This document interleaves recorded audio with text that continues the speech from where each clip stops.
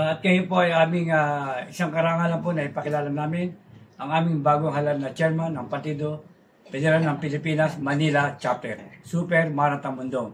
At siya rin po ang aming ini-endorso bilang alkalde ng lungsod ng Maynila sa darating na 2025 mayoralty election. Please.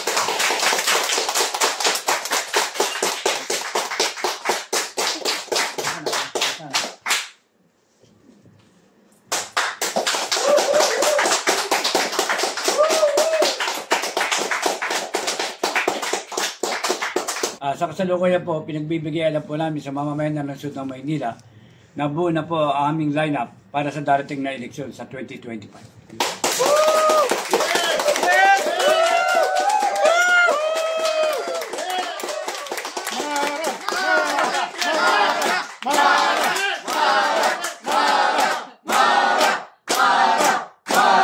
Mabuhay ang Partido Federal ng Pilipinas!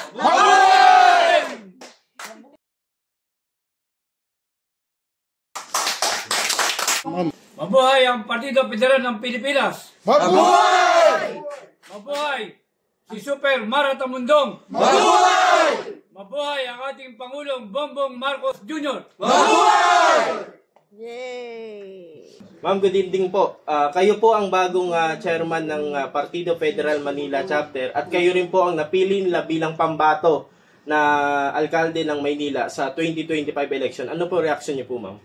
Siyempre, unang-una sa lahat, masayang-masaya talaga ako dahil yung pinaghirapan natin, yung pagiging isang Marcos loyalist natin, yung paninindigan natin, yung pagbibigay natin ng buong prinsipyo, talagang nagkaroon ng kasagutan. Ito na po yung kasagutan na finally po, nagkaroon talaga ng opisyales na talagang alam kong maglilingkod at talagang tutulong sa programa ng ating mahal na Pangulong Bongbong Marcos.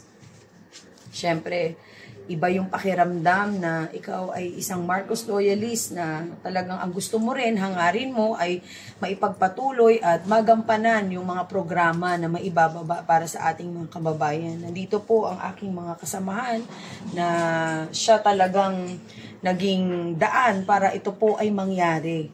Lahat naman po ng bagay ay may magandang dahilan. Ito na rin po yung isang magandang dahilan na ang nandito po ang Partido Federal ng Pilipinas, Manila Chapter na maglilingkod po sa Manileño. Siyempre masayang-masaya ako. Yung kaligayahan ko, kaligayahan ng isang Manileño na napansin din, finally, nabigyan din tayo ng atensyon na talagang kailangan natin mabuo. Kailangan magkaroon tayo ng isang paninindigan, talagang kilalanin din natin ang mahal na Pangulong Bongbong Marcos para sa pagtulong na ginagawa niya para sa atin. At syempre, nagpapasalamat ako sa Partido Federal ng Pilipinas, Manila Chapter dahil sa pagkilala po sa akin. Actually, unang araw po na naging Partido Federal ng Pilipinas na ako po ay isang original member, ay talagang binigay ko na po yung buong aking loyalty, yung aking pagkatao, yung buong serbisyo na kahit hindi po nila ako sabihin o sabihan ay talagang gagampanan ko ang isang pagiging isang Partido Federal ng Pilipinas dito sa Manila. Ito po ay isang pagkilala na rin sa ginawa ng ating mahal na Pangulong Bongbong Marcos para sa Pilipinas na pinagkaisa niya po ang lahat para mabuo at magkaroon talaga ng tunay na programa para sa taong bayan. Ito rin po yung ating hangarin para sa Maynila na mabuo po ang Manileño para sa pagtutulungan at pagkakaisa at pagmamalasakit sa bawat isa. Dahil ito rin po ang magandang paraan para magampanan talaga natin ang ating posisyon at hindi lamang yun, kundi yung pagtulong talaga maibigay natin ng buong buo. Kaya maraming salamat sa ating Presidente, Vice President, sa Segjen at sa iba pang mga opisyalis po na naluklok po at dumaan talaga sa tamang proseso. Proseso po na alam natin na mayroong pagmamahal ang bawat isa sa kanila kaya tayo po ay narito. Ako naman po ay tuwang-tuwa at gagampanan ko ng buong buo ng walang pag-aalinlangan ang pagiging isang Partido Federal ng Pilipinas ko dito sa Maynila na kung saan sana po sa ating mga kapwa kapartido federal ay nananawagan ako na gawin po natin itong isang paraan ng pagkakaisa at pagtutulungan para maging matagumpay din po ang programa at administrasyon ng ating mahal na Pangulong Bongbong Marcos. Para sa Manileño, huwag po kayo mag-alala. Ito po ay hindi paglaban sa ibang grupo, kung hindi ito po ay isang daan para tayo ay magkaisa talaga. Dahil lugmok na po sa kahirapan at sa problema ang Maynila. Siguro ito na yung paraan ng ating Panginoong Diyos na ibinigay niya sa atin para magampanan natin yung pagiging isang tunay na tao at pagiging isang tunay na Pilipino. Kaya sana po, para sa aking mga kasamahan dito, wag po tayo mawala ng pag-asa dahil ito po yung binigay sa atin. Kailangan mahalin natin, yakapin para sa Maynila, maibangon po natin ang lahat.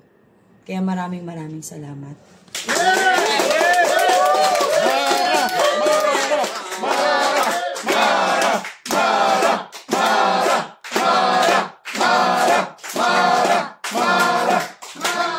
Mabuhay! Mabuhay ang Partido Federal ng Pilipinas! Mabuhay!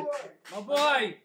Si Super Mara Tamundong! Mabuhay! Mabuhay ang ating Pangulong Bongbong Marcos Jr. Mabuhay! Magandang gabi po sa inyong lahat. Ito po yung bagong elected official ng Partido Federal ng Pilipinas, Manila Chapter. Sir, kamusta po yung nakaraan yung eleksyon? Maganda naman ang kinalabasan ng aming ginawang eleksyon. At ang eleksyon naman ito base dun sa Constitution and Bylaws ng Partido Federal ng Pilipinas. At ang lahat naman ay, ang mga dumalo doon na mayroong mahigit 200 membro, ay lahat naman sila sumang-ayon na magkaroon ng eleksyon. Kaya ginanap namin itong eleksyon ito para patunayan na ang Partido Federal ng Pilipinas sa lungsod ng Maynila ay buhay. Ayan. Masasabi niyo bang very successful po ba yung nangyaring eleksyon? Ay, totoo. Dahil lahat naman lahat sila sumang-ayon. At talagang buong-buong kanilang pag-asa na ang Partido Federal ng Pilipinas sa lungsod ng Manila ay maging buo at matatag. Okay. Pakiulit muna sir kung ano yung position nyo. Ay, sa kasalukuyan po, ako ang bagong halal na Secretary General ng Partido Federal ng Pilipinas, Ikaw po, Manila ma'am. Chapter. Ako po si Yolanda Lopez, ang newly elected President ng Partido Federal ng Pilipinas, Manila Chapter. Ako naman po si Remedios P. Oyales, ang nahalal na Vice President ng Partido Federal. Ayan. So ano po yung mga nakahandang programa ang ilulunsad ng Partido Federal ng Pilipinas Manila Chapter? Ang mga programa namin ay makatulong sa gobyerno, lalo-lalo na sa ating presidente. At meron kaming bagong chairman ng Partido Federal ng Pilipinas Manila Chapter. Ang ini-endorso namin dito maging mayor ng Manila ay si Mara Tamundong. Ayan. Ma'am, bakit po ba napili niyo si Miss Mara Tamundong bilang isang kinatawan ng mayor ng Maynila? Si Mara Tamundong kasi kahit na hindi siya nakaupo ay tumutulong na lalong-lalo na sa mga senior citizens, sa mga kabataan, sa lahat ng mamayan na At siya ang inanghan naming superhero ng Manila. Hindi lang Manila, buong Pilipinas umiikot si Mara Tamundong.